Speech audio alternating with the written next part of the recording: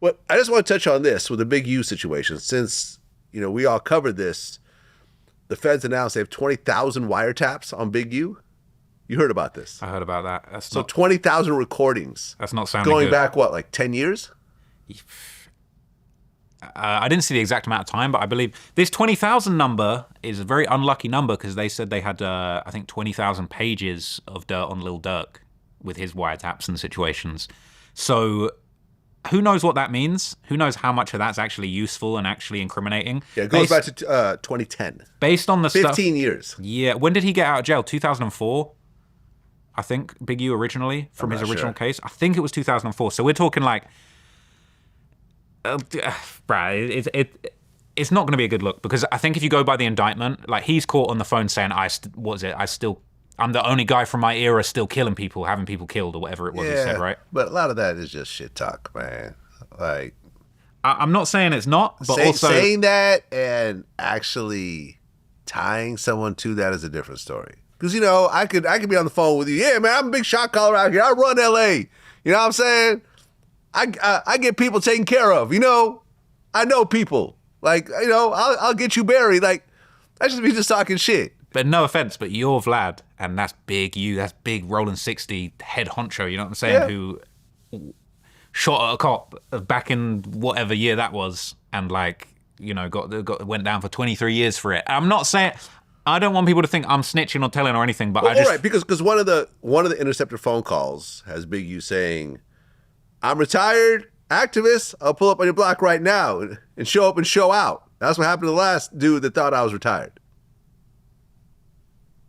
But that could mean anything.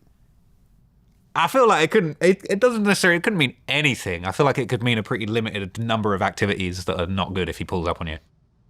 Yeah. He's not pulling up to do a toy drive based on that conversation. Yeah, but that could mean an argument. It could mean a fist fight. It could mean whatever. But the one that's crazy, I think, was if you got the indictment, I think you can search it, but it's like where he says, I'm the only guy from my era still killing people or having people taken out or whatever it was that he says.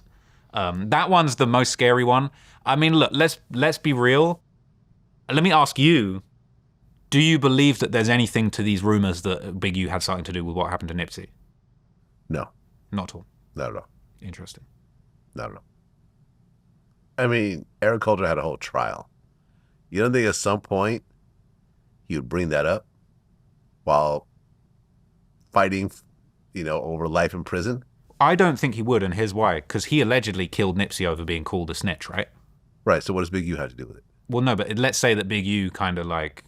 Okay, no, that's a very good point. But all I'm trying to say what is does that Big U have to do with it? I'm not saying Big U had anything to do with it, but what I am saying is that's a big rumor. There's all these people who've been saying that he's... Loose Cannon put that rumor out initially. Agreed. Right? But it's... Okay, so I remember I called Big U that day and I said, I'm very sorry you're going through this. Because me and him have always had a friendly relationship since our interview. I just said, I'm sorry you're going through this. This is such bullshit. He goes, yeah. And he put me on the phone. I forgot. He three-wayed me with someone else who basically I think was... I forgot what it was. I mean, I'm sure the feds probably recorded it, like not that I care, because it was just a very, plain, straightforward conversation. But how could he have had something to do with the murder of Nipsey? Seriously. There's the theories. I'm not even What's the theory? Go ahead. Go ahead and send me your best theory how he has something to do with this lunatic who killed Nipsey for calling him a snitch. Well, the theory is two parts, right? The Eric Holder's a certified Rollin 60s member, right? So he's under the leadership of Big U, allegedly.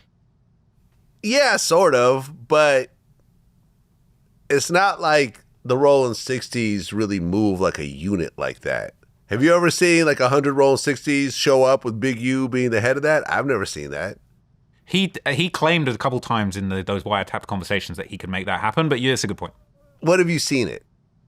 I think the Rollin 60s is a fragmented organization with their own little crews and cliques, and they all like operate the way they operate. I think they all respect Big U, but I don't think Big U could push a button and suddenly have everyone that's Rollin 60s suddenly show up with one, with one clear topic in terms of what they're addressing. That's what he was telling the club promoters. He said, I'll have 1,000 6-0s here to tear your club up if you don't pay me whatever. So he's trying to do business in a roundabout type of way. I get that, but okay, so how exactly did Eric Holder You know, I'll tell you that this is the theory. how is he tied to Big U? So the theory is In terms based of this murder. The theory is based on like two things. When it happened, it's claimed that he basically went there and scoped it out, went away, and then came back. This thing of him being called a snitch, that's been up for debate.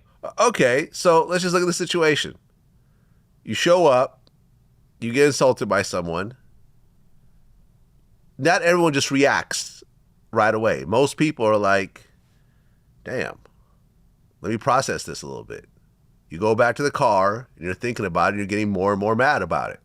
Doesn't this seem kind of like a natural occurrence? I know the way I operate, and I've been in, you know, not in these types of situations, but in situations where I've gotten insulted by people and I'm feeling some type of way and it's like it's bothering me and, you know, I don't want to let it go. And I'm sitting there kind of stewing in my anger, trying to figure out how I'm going to handle it. Like, this is normal, especially for men. So I agree with that. Was there a phone call from Big U to Eric Holder at that point? Because I know they went through everyone's cell phones. If there was, we would have known about that. We would have known about it. Now, if there was a phone call and then suddenly he went to go kill Nipsey, then I got it. Okay, there's a clear connection. You know damn well they went through that cell phone with a fine-tooth comb, especially on that day, and probably the days leading up to it. Was there any level of communication between Big U and Eric Holder? There's not been anything electronically. Seen. Not anything been seen. So I totally agree Nothing has ever even been said in a court of law with anyone. Even Eric Holder hasn't said anything. Right? That's a great get out of jail free card. I mean, it won't get you completely out of jail, but to say, hey, listen, Big U put me up to it. Suddenly, that triggers, oh shit, we got a federal investigation, because they're talking about this investigation goes back to 2010, which means that if Eric mentioned Big U's name at all, the feds would be alerted, and suddenly this gets tied into a major investigation where they really have the shooter cooperating on a murder for hire or whatever the hell else you want to call it, you know, or a murder for, you know, an order to do a killing. Like, the feds would be all over that. They would be all over. They'd offer him a deal. Yeah, I agree. I think we'll give you 10 years. We'll tell the judge to only give you 10 years. The things that I think people really hold on to with that is it's like this idea that he went in, scoped it out, came back with a red shirt on, and like was trying to frame the Bloods for doing it or something. That was one of the theories. Did he change the shirt? That's the thing? Well, they put a red shirt on specifically. Okay. And then what does that have to do with Big U once again? Well, no, that's the thing. It's reaching, absolutely but nothing. It's like this is the thing. I explore these theories, but it's anything like, that makes any goddamn sense. This doesn't even make sense. But it's like there's an interview with Black Sam where he's saying he felt like somebody was sent. This person was sent, and that there's more to it. But like again, that's not. I anything. get it. You lost your brother, and it's a catastrophe. So you're looking for reasons because you don't want to accept that this is just a fucked up situation that happens with these types of individuals when you put them around each other. Like, I'll be damned if I'm like, I don't know, at a video shoot somewhere, and there's like a bunch of gang members hanging around, and I'm like, hey man, you know, I heard about some snitch allegations about you. You know what I'm saying? You know, I'd get that taken care of. And I say that in front of a bunch of other people. Like, imagine if Vlad said that to somebody and everyone heard it. And they're all looking at this guy like, yo, you're a snitch? Like, yo, we didn't know that. And now this person is feeling like, you know, because like, for example, in prisons, you call someone a snitch, and especially if it's not true, that's a green light on you. Like, everyone will accept that, hey, he called him a snitch and he got killed. He got stabbed the next day. That's just what happens. This is very established in the prison system. In the street, people think, oh no, this is so bad. But, you know, like, you're talking about a whole bunch of people that have, you know, prison time associated. You know, Eric Holder, I think, went to prison for a while, right? Yeah. Plus, the guy's got brain damage. I don't know if you heard the Brick Baby interview I did. Like, he got beat up really badly by another Rollin 60 member, and he had to actually have like a brain operation. So you have a guy that has some level of mental illness already. He got into it with someone earlier that day, right? Didn't he pull a gun on somebody? I don't know. Yeah, there was a whole situation. Like, he's whacked out on drugs. He pulled out a gun on somebody. He goes, he's got a girl with him. I think she wanted to take a picture with Nipsey. I'm sure that's getting on his fucking nerves, you know, and then he shows up to someone he knows, and the dude calls him a snitch in front of a whole bunch of other people. And then you have a chain of events that's absolutely terrible, but you can't be completely surprised. And this guy, okay, I'll even take you one further. Brick Baby told me about a situation where essentially, like, they got ambushed and, like, Eric Holder shot their way out of that situation. So you got a guy that's willing to pull the trigger in public places. Like, everything lines up to be what it is.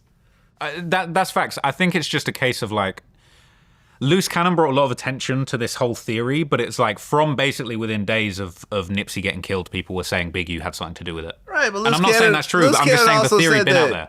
Loose Cannon also said that Big U and him were there when PNB Rock got killed. Yeah, I know. You see what I'm saying? Like, but Loose Cannon's been proven to be a known liar. Right. Loose Cannon has consistently just made up shit over and over again. Now, if I said it, I think people would be like, okay, well, Vlad is saying it. He's got, 20 years of being accurate in everything he says. We should probably look at this seriously.